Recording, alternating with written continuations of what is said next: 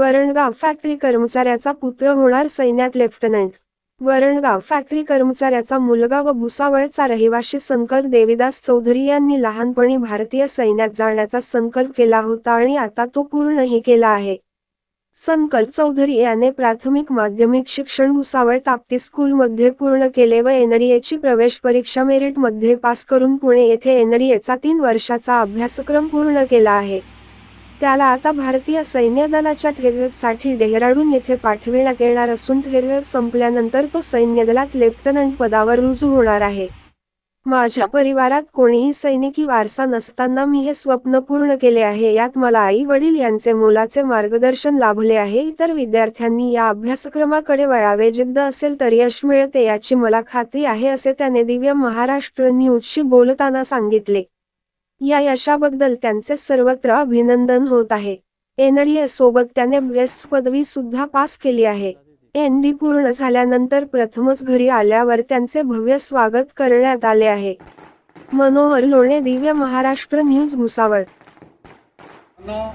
जरी आई वडिलांचं सहकार्य असलं, मार्गदर्शन असलं, पण जो शिक्षण घेतो त्याची जिद्द, चिकाटी आणि प्रयत्न महत्त्वाचा असतो आणि त्याचं सर्व यश हे संकल्प जाणून मिळत असताना त्याने सुद्धा घेतलेली मेहनत ही फार महत्त्वाची आहे। आज आपल्या भारत भूमीचं रक्षण करण्याकरता अतिशय उच्च पदावर संकल्प झाला एक चांगली अशी नोकरी मिळालेली आहे। मी आदिशक्ती कुलस्वामिनी निमल माता यांनी विनंती करतो की संकल्पाला पुढील आयुष्य व शासकीय सेवा, भारत देशाची सेवा, भारत भूमीची सेवा करण्याकरता दिवसेंदिवस प्रगती होत राहो आणि शेवटपर्यंत त्याचा रिटायरमेंट होईपर्यंत अतिशय उत्कृष्ट सेवा बजावून यापुढे सुद्धा चांगले पद मिळो ही आपल्या सर्वांच्या वतीने मी विनंती करतो आणि माझे 2 शब्द संपवतो। जय हिंद।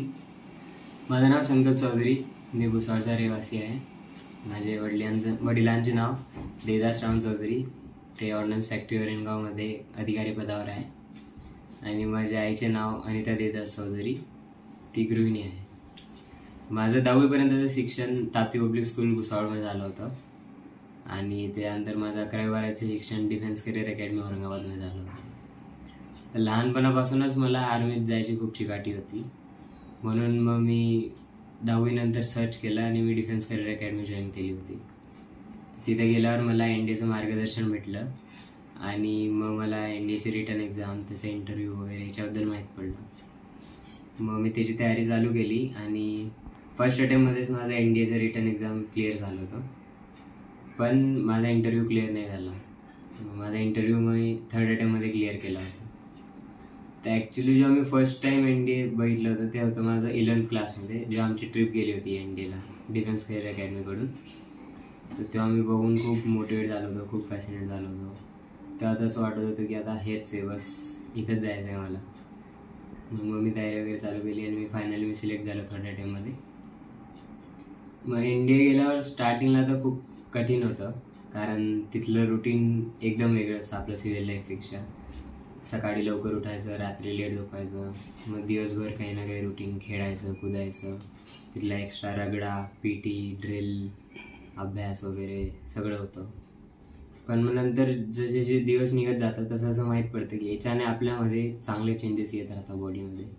ते आपल्याला जे म्हणतात ना की we turn boys into men, तर ते स्टेटमेंट एकदम ट्रू आहे। आता 3 वर्ष झाले माझ्या एनडीएमध्ये आणि मी फायनली पासआउट झालो, तर मी आता म्हणू शकतो की yes, NDA turns boys into men, कारण ते तुम्हाला रिस्पॉन्सिबिलिटी घेणं, फेल्युअर्सला फाईट करणं, डिसिजन्स घेणं, मग काम कसं करून घेणं, सगळं मॅनेज करायचं वगैरे, प्रत्येक गोष्ट शिकवतं। तुम्हाला कसं राहायचं कसं, कपडे कसे घालायचे, वागायचं कसं, याच्या छोट्या छोट्या गोष्टीपासून तो मोठे डिसिजन्स कसे घ्यायचे, कारण पुढे आमच्या डिसिजन्सवर आमच्या लोकांची लाईफ डिपेंडेंट राहणार आहे। तर त्या हिशोबाने ते आम्हाला प्रिपेअर करतात।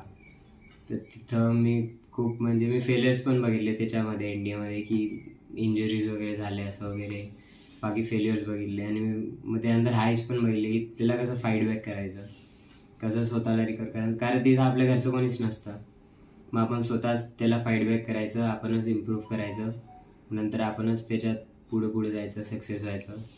मग तिथं NDAमध्ये आम्हाला डिग्री पण करून देता, जशी माझी BSc CS ची डिग्री झाली आहे. प्लस ते तुम्हाला सर्व्हिसेसबद्दल पण शिकवतं, सर्व्हिसेसचं जे नॉलेज असतं. तर मी म्हणू शकतो की as India turns boys into men, finally मी ते फील करू शकतो. आता पासआउट झालो आहे मी, तर आता जुलैमध्ये माझी जॉईनिंग आहे IIM देहरादूनला. तिथे 1 वर्षाची ट्रेनिंग राहील माझी, स्पेशल सर्व्हिस ट्रेनिंग राहील ती आर्मीची.